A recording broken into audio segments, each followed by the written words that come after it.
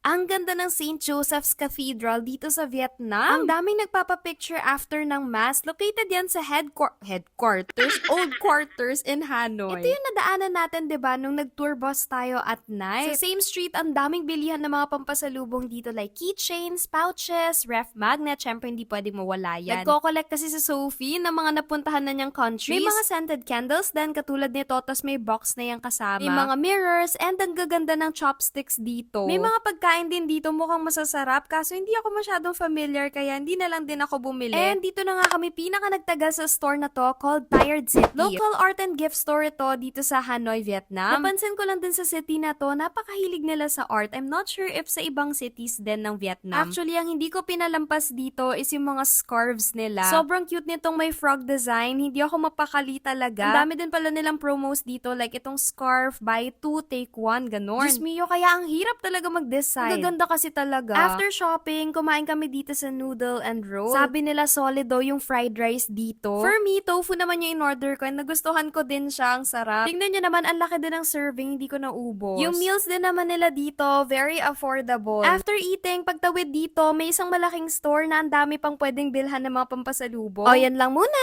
Lab lab! Ayan, knocking! Knock knock! Walang tao. Walang tao.